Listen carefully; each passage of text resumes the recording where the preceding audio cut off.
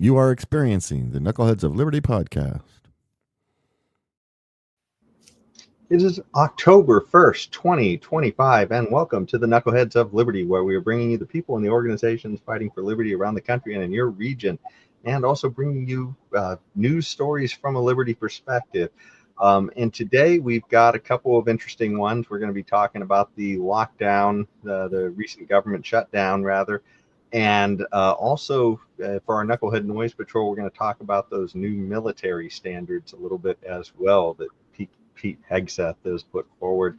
But before we get into any of that, let me introduce you to our panel. In our lower left-hand corner, we have our screaming eagle of freedom, Tim Everett. He is a pilot in the state of California.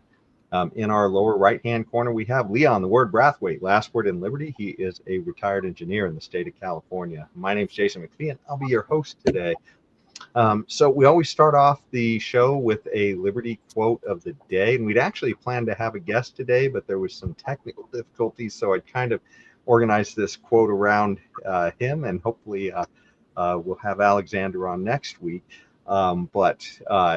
This particular quote is one we were talking about while we were prepping for the show, and we hadn't used it. And when it's a fabulous quote. In fact, I even have it behind me on my wall here. So let's jump into the quote here, and I'm going to share this image here. And it says, when the people fear the government, there is tyranny. And when the government fears the people, there is liberty. And of course, you can see the picture here is of Thomas Jefferson. But it appears he may not be the actual originator of this quote. So I've been saying this for a while, and I really enjoy this quote. This is a really great quote. But as the Monticello Society says, this quote, apparently they cannot find evidence that actually links this. And of course, they'd be the ones to know, right? The ones who are the curators of the Jefferson estate. Yes. So anyways, but it is a fabulous quote. And so what I like to do, because some of these quotes are so good that just because the right person didn't say them, they're still important. So I like to always assign those to the spirit of liberty on this show, so we can still use the quote to talk about it. And it's not surprising that this one would get assigned to Thomas Jefferson or maybe other of the founding fathers, but I just think it's a great quote, and it's true. I mean, I can't think of a more true quote. When if you're in fear of the government, then that's not a good situation. Right. But I mean, when the government actually fears the people, that actually, is much different than most countries throughout history. So, what do you guys think about it? Yeah.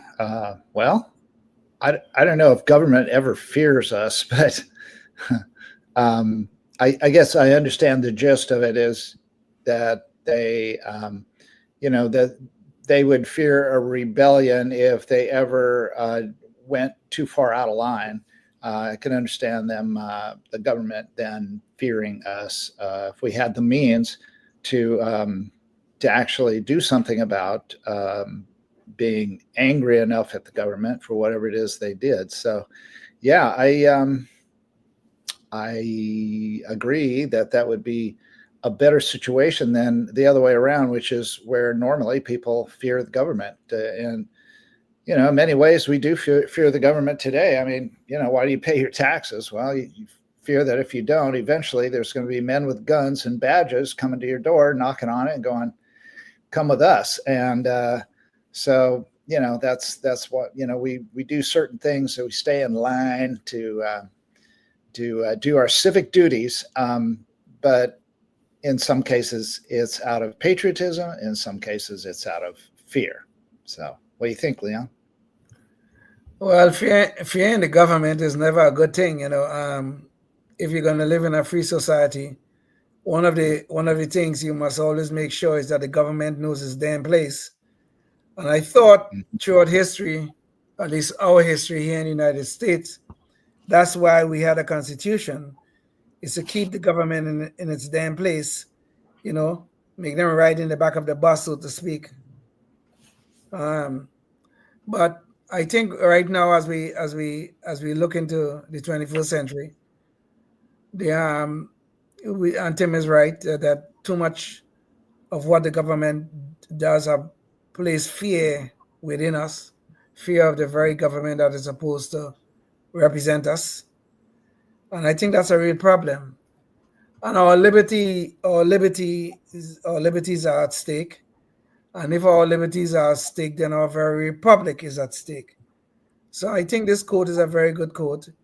However, I believe we are trending in the wrong direction as laid out by this code. We are trending towards tyranny rather than trending towards more liberty among the individual citizens of this great United States. Yeah. I can't help too but think about the quote from that or that book that Justice Gorsuch wrote as well, Overruled. And to me, that's the biggest fear of all, is when you have no idea if you've broken the rules and are, potentially could be arrested by the government for anything. And of course, we've seen all this lawfare against President Trump, and now he seems to be potentially weaponizing the government against some of his enemies as well. But this is kind of a scary situation, because when there's so many laws that none of us can possibly know all of them, then you could always find yourself somehow at the wrong end of justice. You talk about fear in the government, and I think big government is there purposely to bring us fear. A couple of years ago, I was doing my taxes and I checked the wrong box. It ended up costing me $2,000 to the IRS. It's unbelievable that something like that could happen in a relatively free society. I mean, here I am, a relatively educated man, and I checked the wrong box on a form. The forms are so cumbersome that nobody could understand them, that you can make mistakes so easily, you can break the law so easily. I mean, these are forms of tyranny. The very size of the government really and truly is a form of tyranny, because when the government is large, so deep and involved in our lives, it is so easy for them to hide stuff. Look at the size of the federal government today. I think the founding fathers are turning in their graves to think how large our federal government is today relative to the country, the population of our society. And these are the dangers that we face here. Government getting too large. And now we see we have the first person. I mean, I'm not going to say I agree with everything that Donald Trump does, but this is the first person is fighting something, putting up some sort of fight against big government. And everybody in the deep state and around them seem to hate this man and trying to do everything to stop him. And the thing is then you start to look at what Joe Biden did when he weaponized the state, the Department of Justice, and went after Donald Trump. Fine, he did. I think all of us agree that what most of what they did was a bunch of crap.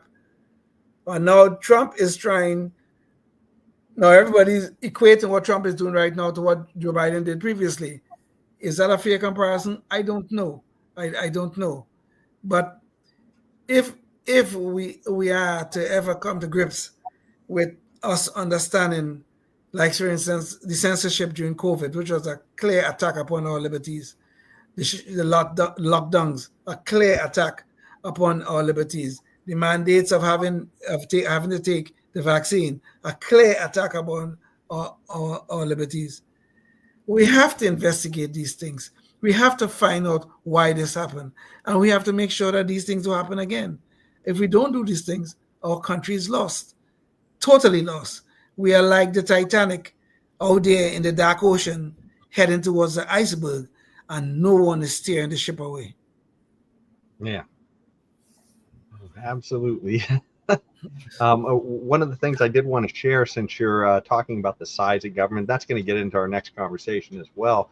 But just that chart that we brought up many a times on the show, which is both looking at the debt, which is kind of a way of thinking about how the size of government has grown. And, we are now at $37.5 trillion in debt.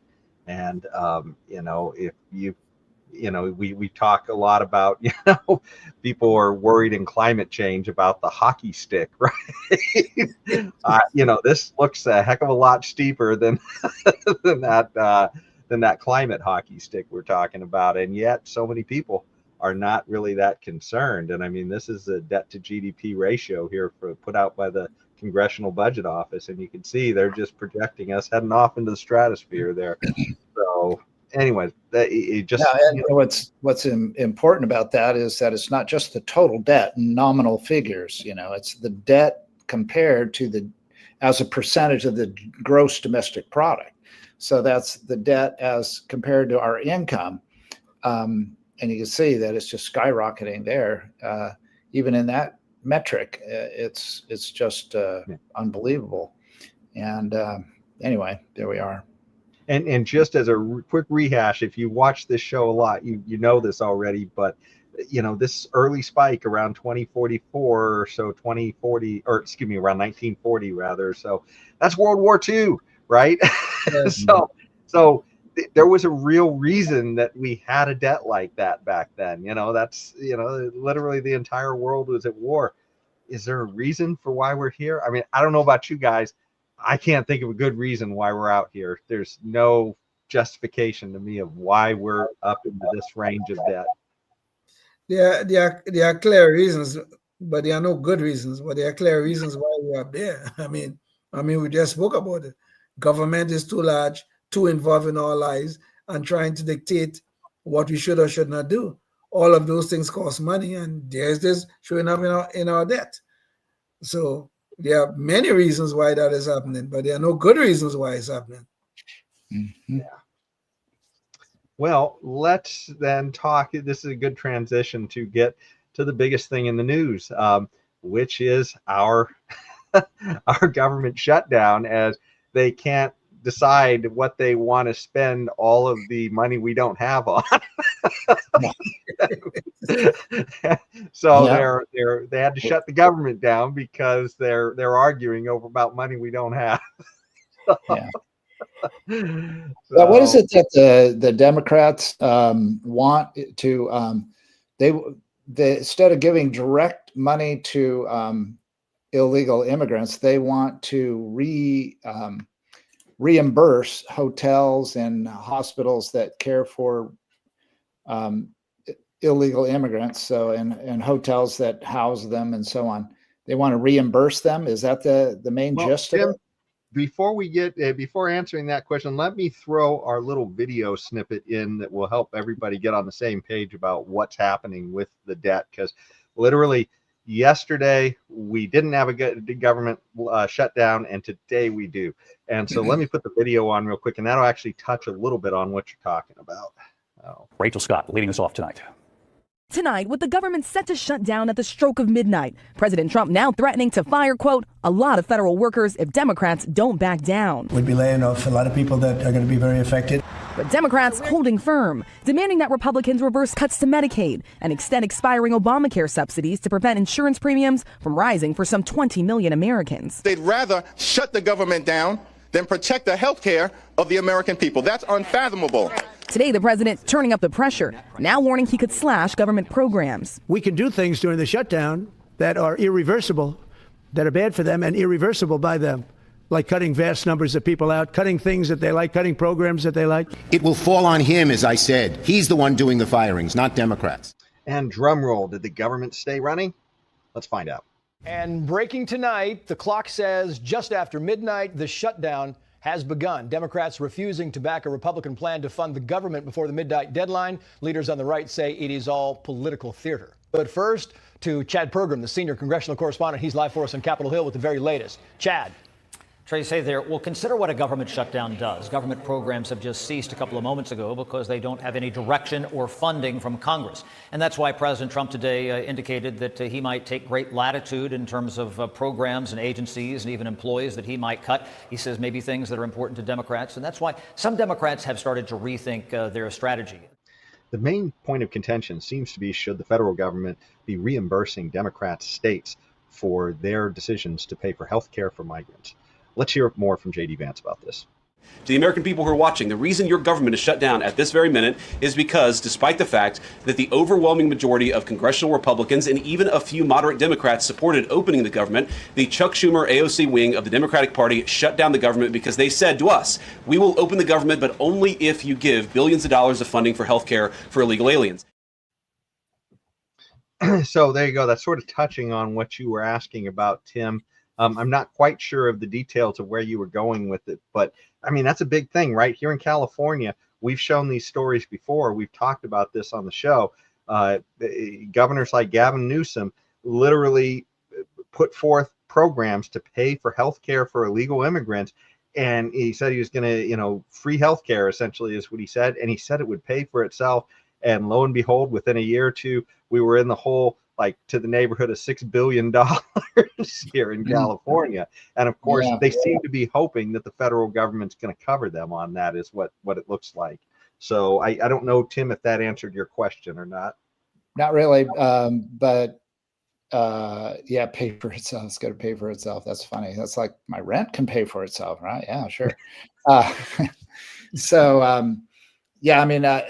heard that, to hide it, instead of a direct payment to illegal aliens here, like come on in and get your health care and we'll pay you directly, that it was done by paying back the hospitals and that treated them, and paying back the hotels that housed them. And so it's just, instead of paying my rent to me first and then I pay it to the landlord, they just bypass me and pay the landlord directly with tax money. So that's it, essentially. Well, I am something better. Well, I am not. No, I'm not disputing anything you said, Tim. But my understanding that this whole thing was this healthcare to go to illegal aliens, these illegal immigrants. I don't want my tax dollars, any of it, being used to pay for anybody who walked across our borders.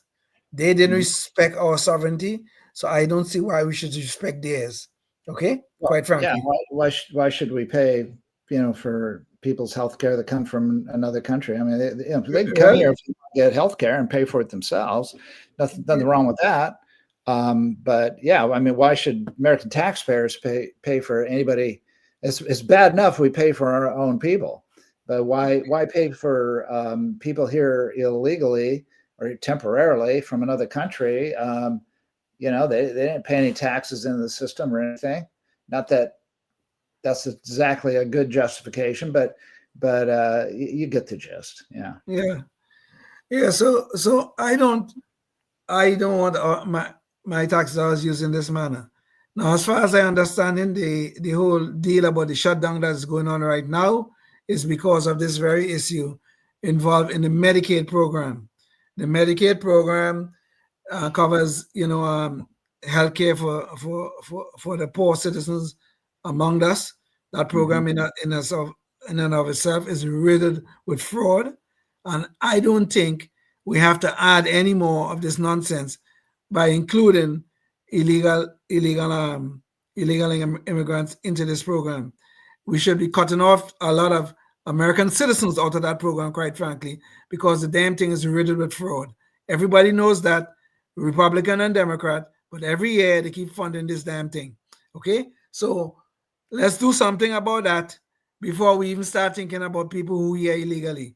All right. I know everybody gonna weep and cry. Oh goodness gracious, this poor illegal immigrant. They had this and they had that, and oh God, we should care for them. No, okay. If it's an absolute emergency, we should care for them, get them stable, and get them back to where they came from. Okay. Period. If it's an absolute emergency. Other than that, we shouldn't be paying for any sort of medical care for people who didn't respect our sovereignty. So yes. So if this is the Republican stand as to why they want to shut the government down, I'm perfectly fine with that. I always have disagreements with the Democrats anyway. So if they want to support this kind of damn nonsense, they could take money out of their own pocket and pay for these illegal immigrants that they seem to love so much. Yeah, and the other thing you mentioned, the Obamacare premiums that are scheduled to go up. That's all part of the original Obamacare plan, and yes, it was put in there so that I don't know, probably to help the Republicans swallow it at the time, so that at sometime in the future, 2025, the premiums were going to start going up, so that the people that are receiving the care would be paying a higher premium. Instead, a lot of them don't pay anything right now. And millions of people. So yeah, that's due to go up, and so what was probably a part of the package being sold to help pass the whole Obamacare thing is now coming due. And of course, the Democrats want to continue going into further and further debt in order to pay for it. And so here we are. And what's your bet? You want to make a bet that after a couple of weeks of this, that the Republicans are going to capitulate and go ahead and sign off on absolutely everything or most everything, so the Democrats can get their win that they always get, and at least historically they've always gotten it, and the government continue running, and of course the Department of Commerce and all that they do for us every single day. We won't be missing that anymore. We won't, be wondering what are we going to do without those individuals sitting in chairs at the Department of Commerce, all that. Well, that's a good point that you make, Tim, about, like the idea, what if we didn't have a Department of Commerce working? Will we not have any commerce? And seriously, I don't know. I don't know why we have a Department of Commerce, why we have a Department of Labor, why we have a Department of Energy. Well, why we need these departments anyway? Why do we need them? I wanted to bring up that the idea is that, there's been cases throughout time where governments have gone into sort of a gridlock or maybe a shutdown or something else. And, a lot of times countries can seem to do just fine. I mean, this was a particular case Forbes is talking about where back in, I think it was 2016, there was like a 10-month I guess it was gridlock that they were having where nothing was getting done. And it turned out the economy grew just fine during that time. Yeah. It was like amazing. Yeah. And I mean, FEE talks about that as well, the Foundation for Economic Freedom, where, you just, you really don't need government a lot of times to do these things. And we've all just been hypnotized that we need these fools there running us around like a ringmaster. And maybe we don't, so or at least a lot of the things they do. And the Obamacare thing, this monster that they call Obamacare, the real name of that piece of legislation is the Affordable Care Act. Yeah, Affordable care. That's because they always name the acts the exact opposite of what they really are. Tell me this thing. That government is going to bring affordability. Can you imagine that? Yeah. What a hoax. Yeah.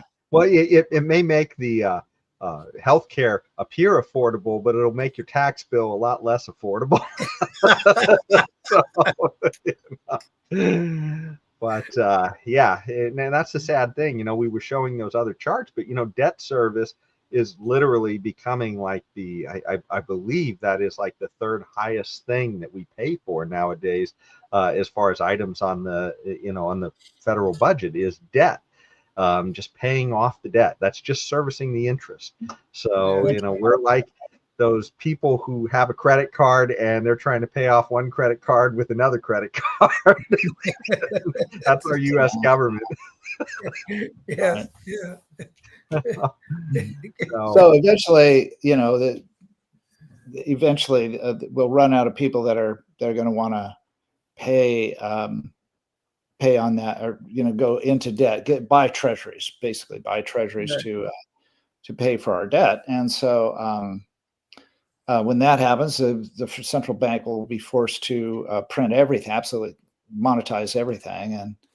And then, we have a situation where we're going into already with this runaway inflation.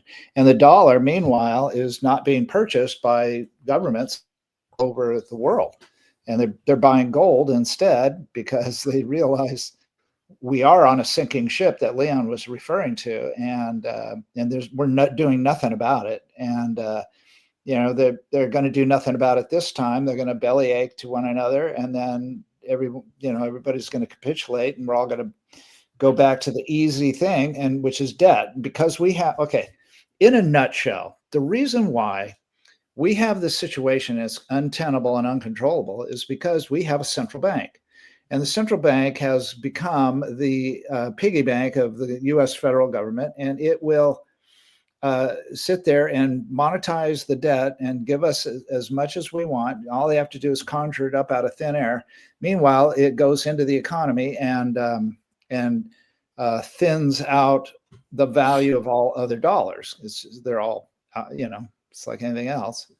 The supply is suddenly really high. So the value, if this got a huge supply spike, demand stays the same.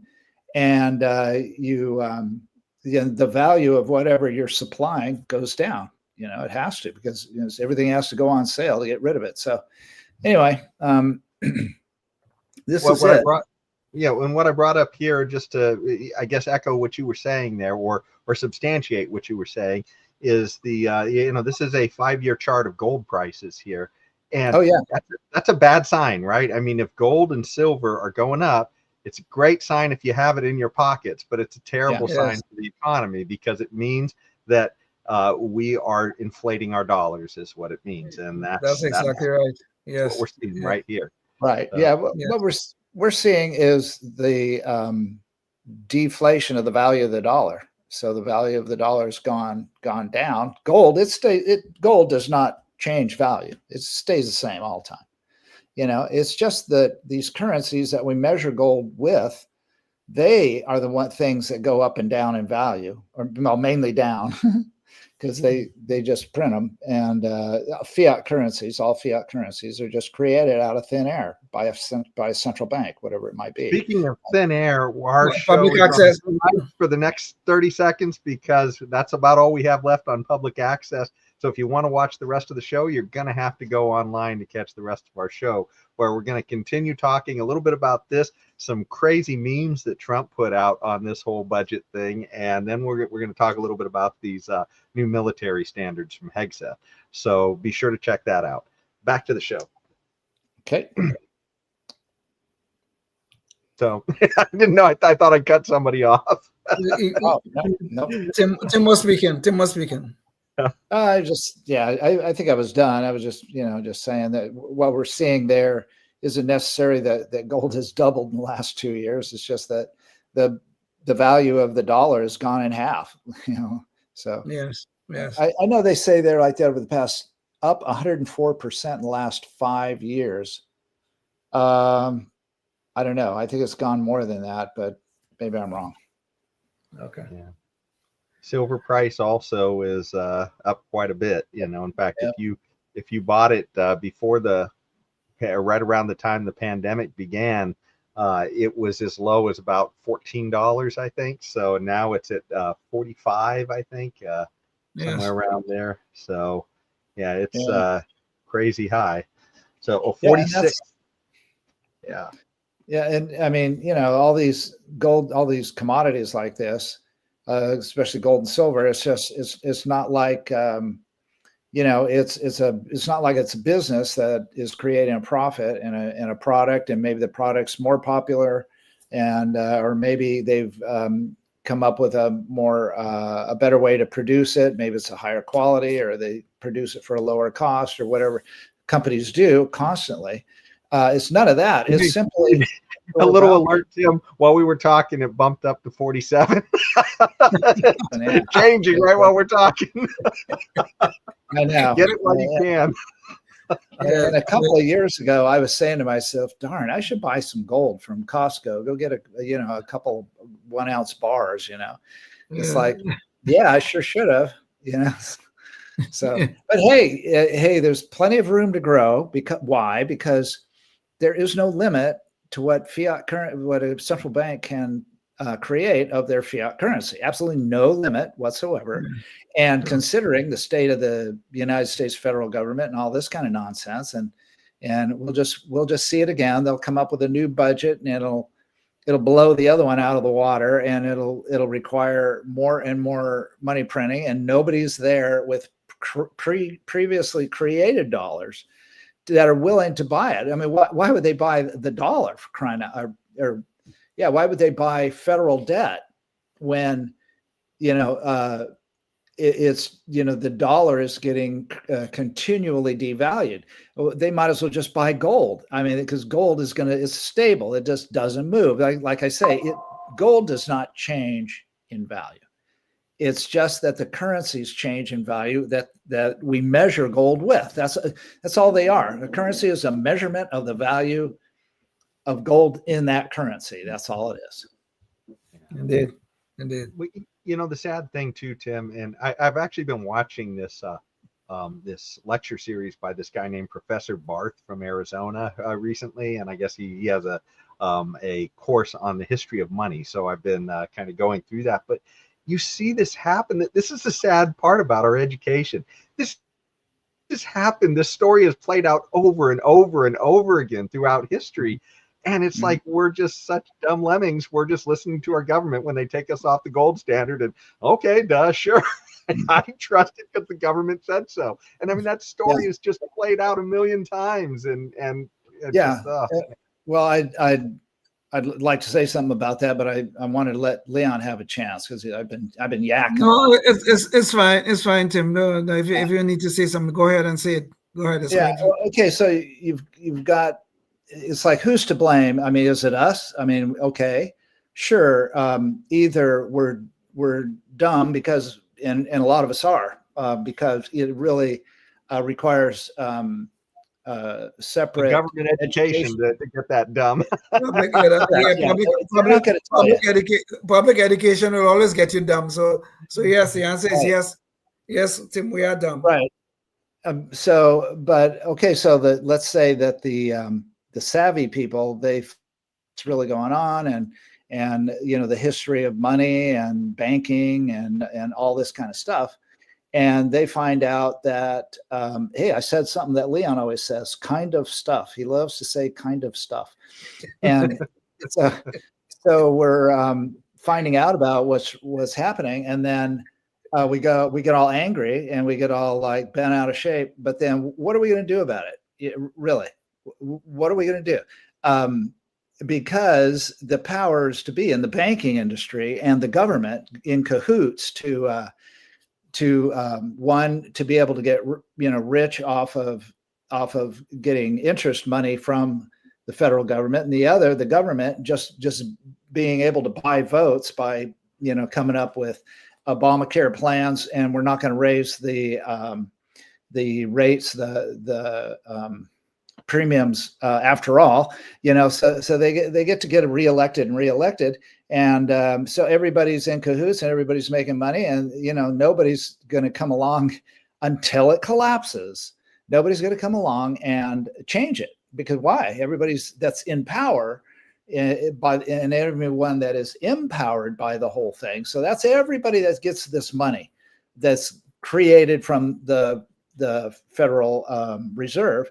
Everybody gets the money, and they get to build their jet bombers and their uniforms for the military, and they get to fund their medical, their socialized medical plans and so on, and everything. And then it's just so much vested interest in it that nobody's ever going to change it. Okay, so we may.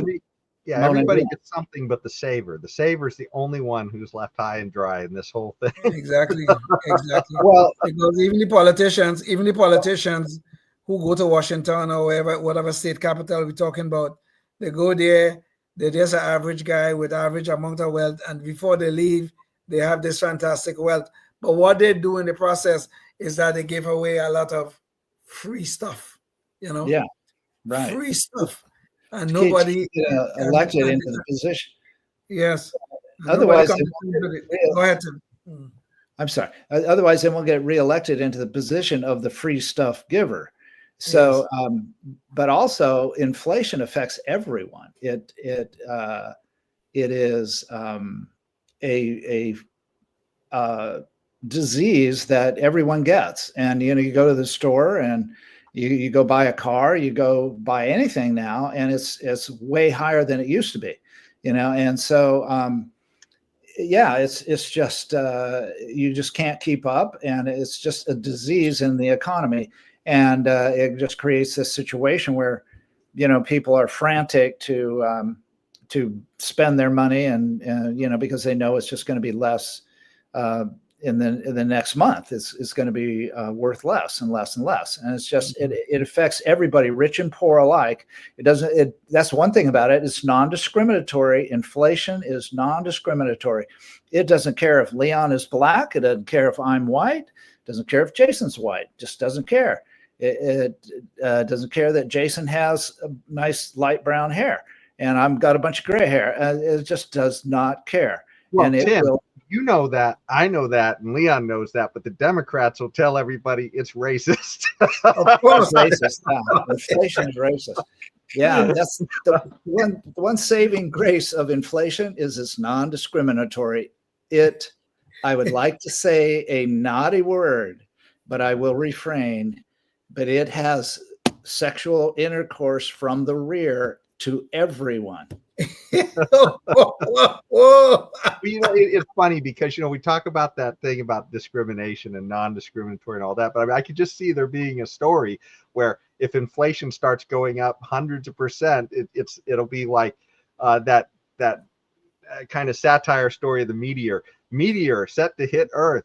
And it'll be, black people to suffer worst or something like that. Or black people hit hardest. Right. Right. And they would love to spin that. You could count on a headline such as that, Jason. You could count on that. Definitely. Yeah. No. I don't know. What are we going to do? Well, what we're gonna do is, there's somebody said, I don't know who said it. We deserve the government we get, right? And all of these ills that we see in society these days, they are ills, and they stay there with us year in, year out, because we re-elect the same damn people who gave us the problems at the beginning. When you think, and this is a number that I think is a worldwide phenomenon in the democracies of the world. Over 90% of incumbents are re-elected. I mean, this is astonishing when you think about it. I never used to support term limits, but now when I look at the power of incumbency, I have to support term limits, because these people just do the same thing over and over again. They take their wealth that they have accumulated while in government, and then they ride off into the sunset, and we are left with the problems. Always. Well, and look at this thing with our national debt. Yes, look at this thing with our national debt. It's not we going to pay for it. We mean us, this generation. It's our children and our grandchildren going to pay for it.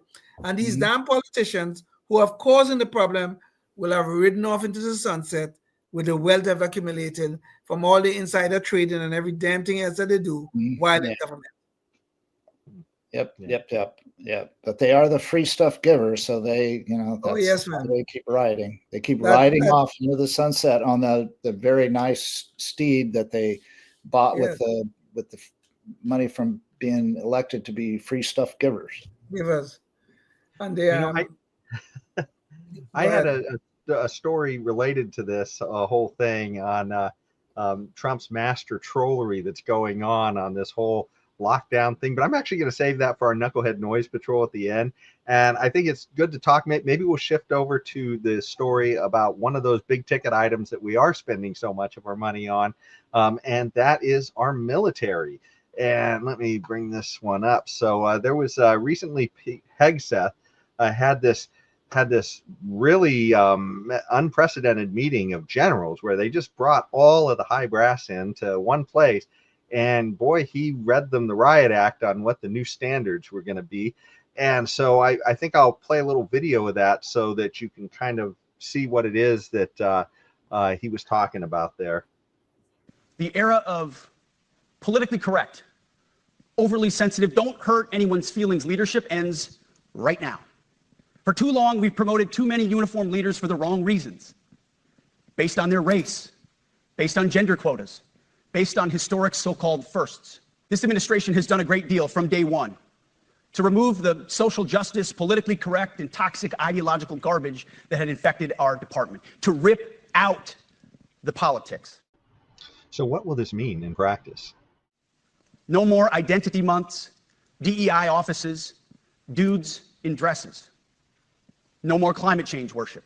No more division, distraction, or gender delusions. But when it comes to any job that requires physical power to perform in combat, those physical standards must be high and gender neutral. If women can make it, excellent. If not, it is what it is. If that means no women qualify for some combat jobs, so be it. So what this really appears to be about is getting back to the core mission of the military, which is to protect the citizens and their property from aggression. He wants to get back to focusing on physical readiness for combat. So let's hear what that means. Frankly, it's tiring to look out at combat formations, or really any formation, and see fat troops. Likewise, it's completely unacceptable to see fat generals and admirals in the halls of the Pentagon and leading commands around the country and the world. It's a bad look. It is bad, and it's not who we are. So whether you're an airborne ranger or a chairborne ranger, a brand new private or a 4-star general, you need to meet the height and weight standards and pass your PT test. So let's see what Pete Hegseth is trying to avoid with all this focus on physical readiness. Oh, here come your men now, sir.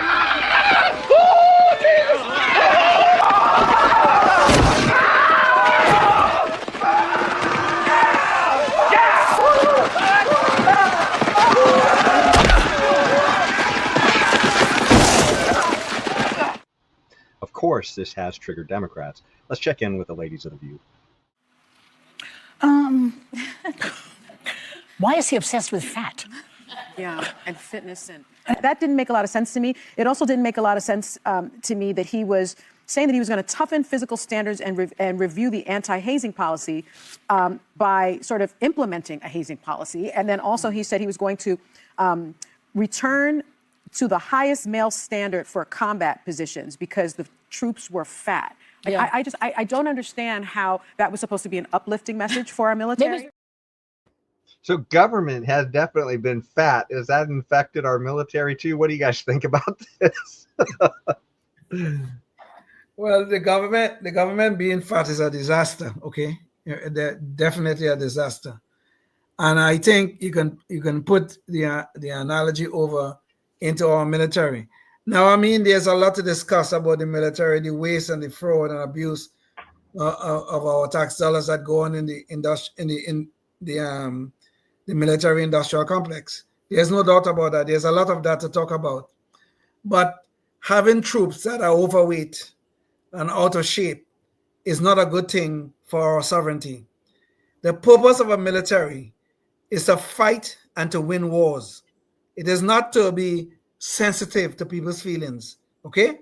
Because what we do when you have a military, you put a gun in someone's hands and you send them out to war someplace at some time. Now, we could disagree about the war that we have chosen to fight. We could disagree about that. I have no problem with that argument. But the fact of the matter is, we need to have our troops in the best possible shape, ready. You pray for peace, but you're always ready for war. And being ready for war means that you're in good shape and you can shoot straight. All this other crap about gender equality, racial equality, hurting people's feelings, and putting dudes in dress, as the Secretary of War said, and all this other crap, we don't need that in the military. That's not what the military is for. It's not a social program waiting to happen. It's a military industrial outfit that is needed to go there and fight and win wars when called upon. We can argue about how they're spending our tax dollars. I will entertain that discussion, but all this nonsense have to stop. And I totally agree with Peter Hegseth. Yeah. I mean, I know that the military has been having a very difficult time in getting recruits that can actually pass the PT standards, because our society as a whole, and that's a lot to do with government interference in the food production and the the education about eating food throughout the country for years, for decades now. This has been going on. So here we are. We have an FDA that loves high fructose corn syrup, for example. Okay, one of the worst things you can possibly do to keep yourself slim and trim is to eat that stuff, and it's in tons of stuff, and blessed by the FDA. So the military is drawing from the pool of applicants that come out of the general public, and the general public is overweight and out of shape, and they just play video games and okay, so it's really hard to get enough. They're having trouble getting enough people that can actually pass these tests, and I agree, Leon, with Leon 100%. But where are they going to get them? And I agree. I mean, it's just a major problem. I mean, we have a major problem, a social problem in society, with our horrible diets and our horrible lack of physical education and physical training and physical, just as a society. I mean, back when I was a kid, and my kids even, they ran around all day playing in the street and going places and being in the Boy Scouts and going on hikes and stuff like that. I mean, it was just a ton of outdoor activities and our own stuff. We took them camping all the time and went on long hikes and everything. So, not the kids of today. My kids didn't have the distraction of video games that the kids today do. So it's a major problem. It's not an easy fix. Yeah. One of the things that Hegseth sort of brought up too is it's not just a matter of new recruits that are having trouble with the standards. It's a matter of people who are in the service who aren't necessarily meeting these standards, right? He's talking about fat soldiers sitting out there who may have had to meet some kind of standards at some point, but somehow the standards aren't that high once you're in the service that you can become a fat soldier, right? and that's part of the issue, I think. But the bigger thing, another part of the issue was this thing of having different standards for men.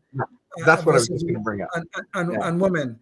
And when you think about it, when you get into combat, okay, I've never been in combat, thank God, but when you get into combat, you think the other guy across the street who have a gun aimed at you, you think that person gonna care? Well, that's a woman. Maybe I should shoot a little different. Or that's a man. I have to shoot a little different. You think that's what they're gonna care about? You really think so? Nope. This is the madness of all this DUI nonsense in the military. Yeah, and that's the thing, right? They should identify whatever the job is, whatever the standard needs to be for that job.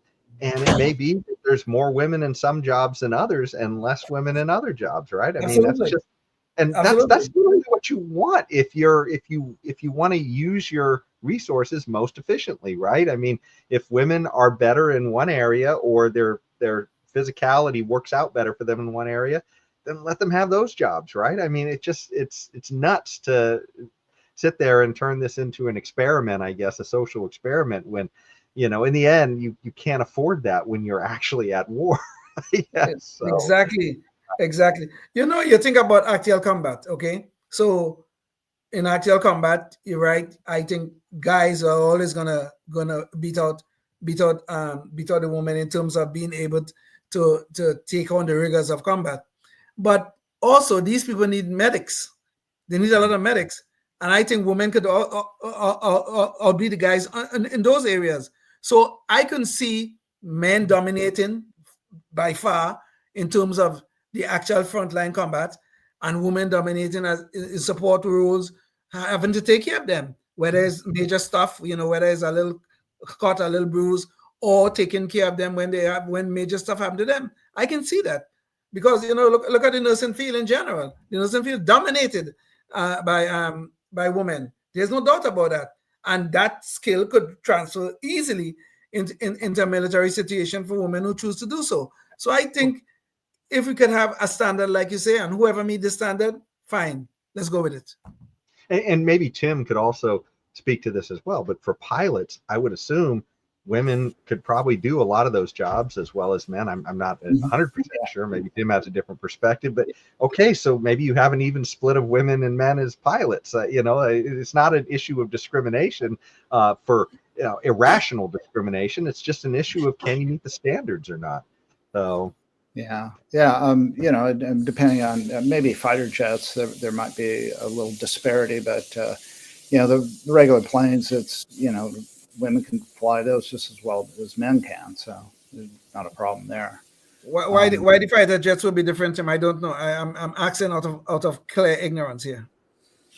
Why are fighter jets a little more? Why is fighter jets there would be a difference in terms of women competing in flying fighter jets? Is it handling the G's? Is that it? Yeah, just pulling G's. It's really hard on the body. It takes a lot of effort and strength. To do a lot of that in combat, dogfighting, that kind of thing. But we're getting to the point where there's less and less of that, and more, where jets aren't doing that. And also, that's also lending a trend toward pilotless fighters, which is where everything's going anyway. Sure. So pretty soon, anybody, male or female, we'll just be fighting each other's drones. Fighting each other's drones, yeah. Do you think our government will say that the drones are we're discriminating in favor of drones at that point over men and women? I don't know. I bet you the ladies of the View will say that eventually. I promise you. Well, I think we've about squeezed all the juice out of that topic. So let's get to our last topic, our Knucklehead Noise Patrol. And there's been, I guess, of what we might call bad behavior, I guess, around in our politics lately. And we can see this. Let me bring up this article here. I guess Hakeem Jeffries and some of the Democrats are really upset about the way Trump is, I guess, using memes in his negotiation tactics with them. So I'm going to play some of that because I tell you, I can't imagine this ever happening outside of an age of Trump, but here we are. So let's bring up the video here.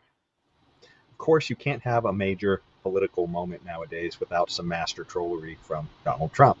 Let's take a look at what happened around these negotiations. Look, guys, there's no way to sugarcoat it. Nobody likes Democrats anymore. We have no voters left because of all of our woke trans bull. Not even black people want to vote for us anymore. Even Latinos hate us. So we need new voters. Only 4 hours after President Trump met with Democratic congressional leaders at the White House to discuss the looming government shutdown, the commander-in-chief posted an AI-generated video on Truth Social, which mocks Senator Chuck Schumer and Rep. Hakeem Jeffries. And if we give all these illegal aliens free health care, we might be able to get them on our side so they can vote for us. They can't even speak English, so they won't realize we're just a bunch of woke pieces of at least for a while until they learn English and they realize they hate us too. So there you go. AI parody from Donald Trump to help in his negotiations, perhaps. But it didn't end there. Let's check this one out, too. It's a disgusting video, and we're going to continue to make clear bigotry will get you nowhere. We are fighting to protect the health care of the American people.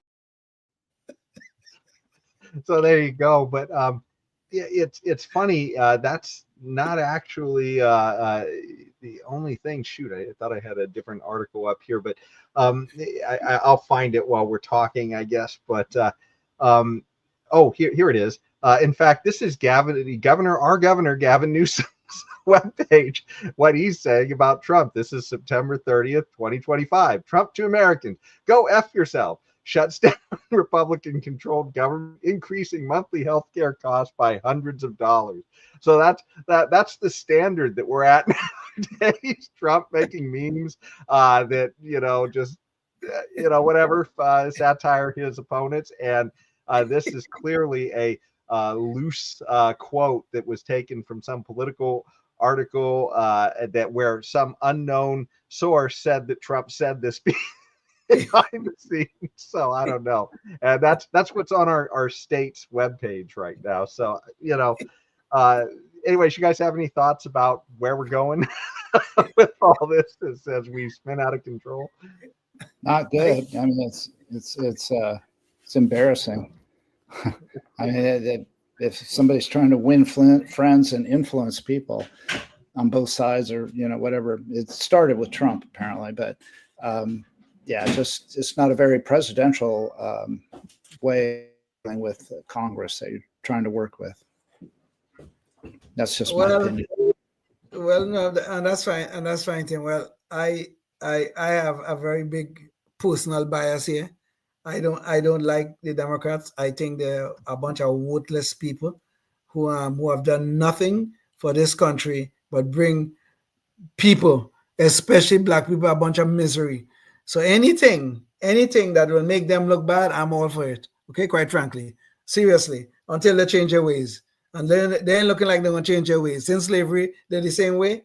They gave us Jim Crow. Now they're giving us the disasters in the inner cities of America. So anything that will make them look bad, I'm all in on that. Quite frankly, they're elected worthless people, though. Well, I know they elected, and yes, but it's still worthless. Okay, seriously, quite frankly, I know there are people who think the whole of them, and that's fine. Actually, as a matter of fact, three of my close friends are all Democrats who love these people. So you could imagine some of the interesting conversations I have with them. But well, imagine if you were, I guess, depending upon these guys to make a deal, and you saw that this is the way they're regarding each other, right? I don't know. I mean, I'm glad that I'm a libertarian and I'm actually happy when government is shut down.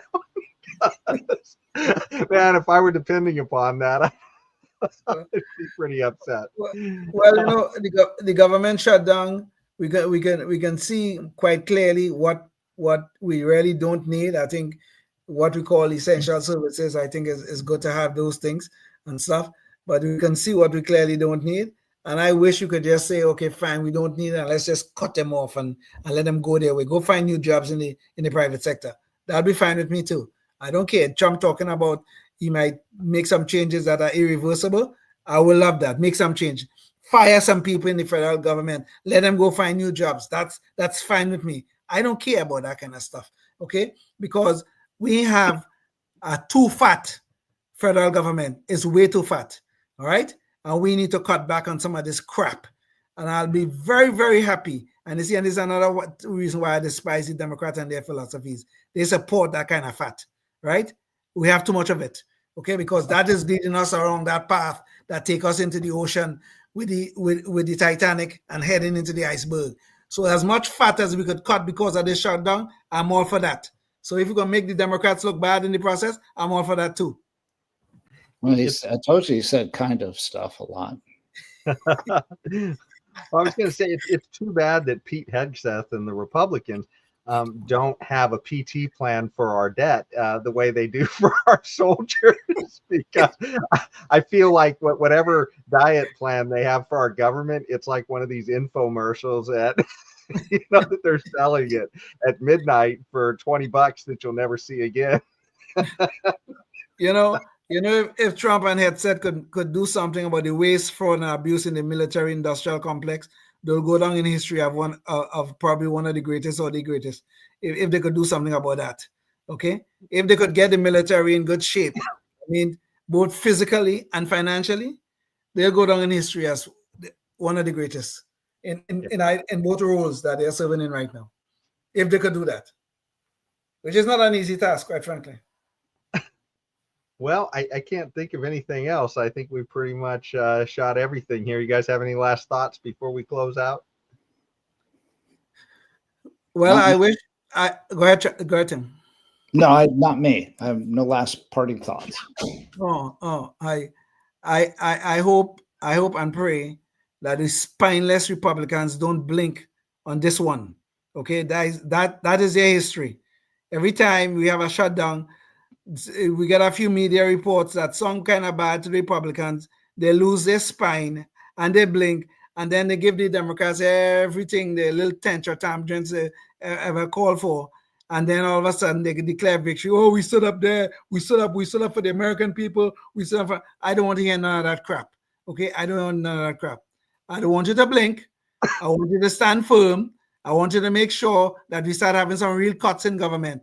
Okay, so if you plan to blink on this, don't come ask for my vote ever again.